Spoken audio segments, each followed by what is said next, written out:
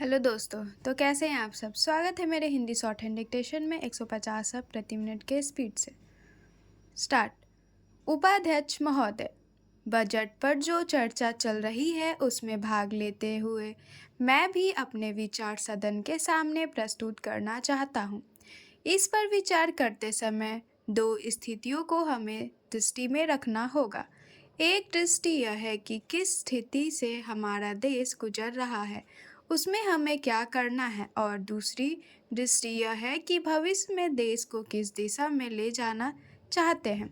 जब तक इन दोनों दृष्टिकोणों को सामने रखते हुए इस बजट को नहीं जांचेंगे तब तक हम यह निर्णय नहीं कर पाएंगे कि यह जो बजट हमारे सामने रखा गया है वह देश की दृष्टि से उचित बजट है या नहीं।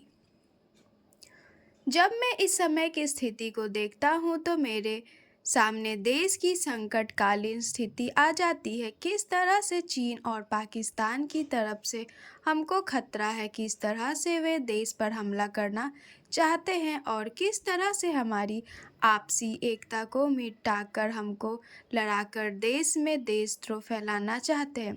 इसके साथ ही साथ जब मैं पिछले बजट को सामने रखता हूँ तो मुझे यह कहना पड़ता है कि आज का बजट चाहे जिस स्थिति में भी रखा गया हो बहुत सुंदर बजट है।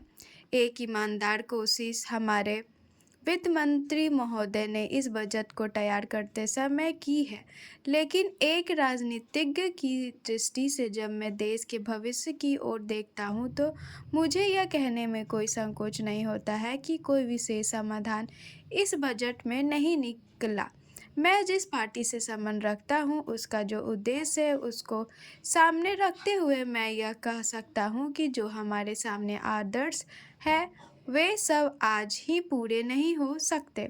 हमारे वित्त मंत्री या हमारी सरकार आज ही सब कुछ नहीं कर सकती या स्वर्ग लाकर हमारे सामने खड़ा नहीं कर सकती, लेकिन फिर भी यह मैं अवश्य देखना चाहता हूँ कि हमारा देश आगे बढ़ रहा है या नहीं। जिस दिशा में हम आगे नहीं बढ़ रहे हैं उसे देखकर मुझे निराशा अवश्य होती है।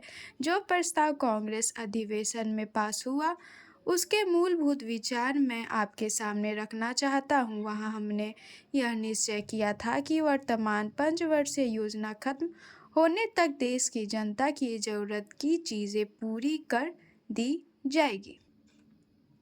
अध्यक्ष महोदय, सूचना मंत्रालय एक ऐसा मंत्रालय है जिसके कामों के संबंध में यह कहा जा सकता है कि बहुत कम आलोचना की गुंजाइश है।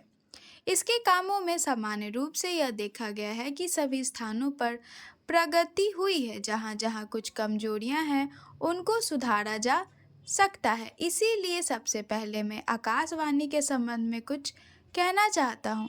यह बात सच है कि आकाशवाणी ने परिस्थितियों के अनुकूल अपने को परिवर्तित किया है। जब हमारे देश पर संकट आया तो इस विभाग ने डटकर उसका सामना किया और परिस्थितियों के अनुसार अपने प्रसारणों को बढ़ाया, लेकिन मुझे दुख के साथ कहना पड़ता है कि इसकी भाषा नीति में अभी तक कोई परिवर्तन नहीं आ पाया है।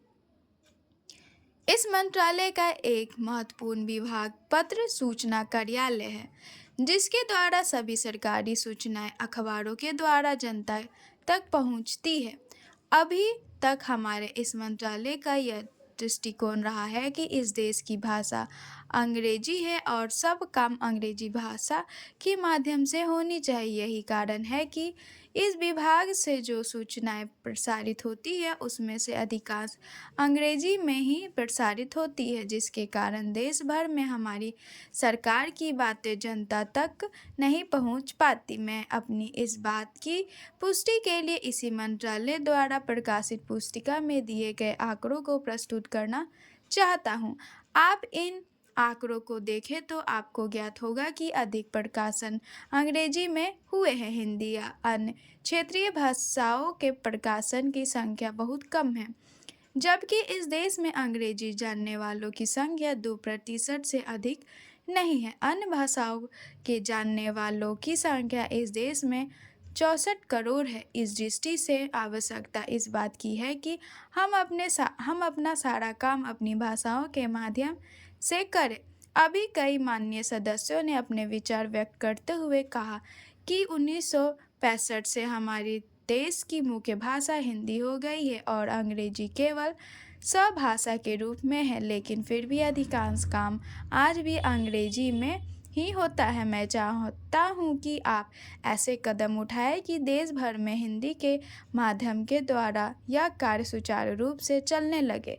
जो आंकड़े हमें दिए गए हैं उनमें बताया गया है कि पत्र सूचना कार्यालय के हिंदी विभाग में अपर्याप्त कर्मचारी हैं। स्टॉप। तो ये डिक्टेशन आप सबको कैसी लगी मुझे कमेंट में ज़रूर बताएं और लाइक सब्सक्राइब करना बिल्कुल भी ना भूलें। धन्यवाद।